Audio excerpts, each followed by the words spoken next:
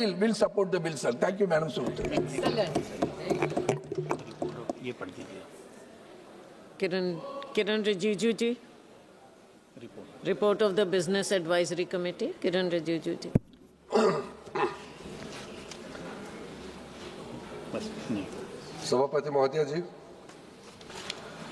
मैं कार्य मंत्रणा समिति का 16वां प्रतिवेदन प्रस्तुत करता हूं। श्री आलोक कुमार सुमन जी। धन्यवाद सभापति महोदया। मैं आपका आभार व्यक्त करता हूं कि आपने the transgender person protection of rights amendment bill 2026 पर अपनी बात रखने का मौका दिया। महोदया, यह विधेयक केवल एक संशोधन नहीं बल्कि यह भारत के संविधान में निहित समानता, स्वतंत्रता, डिग्निटी और न्याय के सिद्धांतों को मजबूत करने वाला विधेयक है।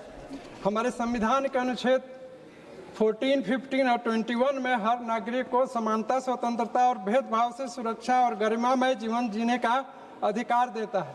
लेकिन एक यह भी सच्चाई है कि ट्रांसजेंडर समुदाय का ये अधिकार लंबे समय से व्यवहार में अभी नहीं मिल रहा है।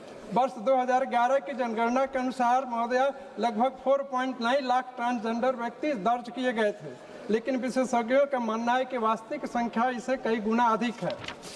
महोदया, 2019 में जो कानून बना हुआ है तो एक ऐतिहासिक पहल थी, लेकिन समय के साथ यह महसूस हुआ कि उसमें कुछ व्यवहारिक कठिनाइयाँ थी, जिसके कारण सरकारी योजनाओं का लाभ सही लोगों तक नहीं मिल पा रही थी। सरकार ने यह स्माइल योजनाओं के माध्यम से ट्रांसजेंडर समुदाय के लिए जीविका, कौशल और पुनर्वास के अवसर उपलब्ध कराए, लेकिन लाभार्थियों की पहचान अस्पष्ट न होने से योजनाओं का लाभ बहुत सीमित रहा। महोदय, यही कारण है कि यह संशोधन लाना आवश्यक था। इस विधेयक का सबसे महत्वपूर्ण पहलू है पहचान की प्रक्रिया को पारदर्शी और विश्वसनीय बनाना, जिसके तहत अब एक मेडिकल बोर्ड बनाया जाएगा जिसमें विशेषज्ञ होंगे जो व्यक्ति की स्थिति का आकलन करेंगे और उसके आधार पर जिला मजिस्ट्रेट प्रमाण पत्र जारी करेंगे, जिससे यह सुनिश्चित होगा कि वास्तविक लाभार्थी को अधिकार मिले, किसी प्रकार का दुरुपयोग न हो। महोदय, पारदर्शिता ही किसी भी व्यवस्था की सबसे बड़ी ताकत होती है। इसमें मेडिकल बोर्ड का विरोध हो रहा है, लेकिन मेरा कहना यह है कि क्या किसी भी संवेदनशील श्रेणी में सत्यापन के बिना लाभ दिए जाते हैं? जैसे schedule caste, schedule tribe, OBC के प्रमाण पत्र होता है जिसके आधार पर उनको लाभ दिया जाता है, दिव्यांगता के लिए मेडिकल बोर्ड होता है, तो फिर यहाँ एक व्यवस्थित प्रक्रिया क्यों गलत कही जा सकती है? महोदय, 2014 में सुप्रीम कोर्ट ने नालसा फैसले ने ट्रांसजेंडर समुदाय को पहचान और अधिकार देने की बात कही थी। यह विधेयक उसी निर्णय की भावना को आगे बढ़ाता है।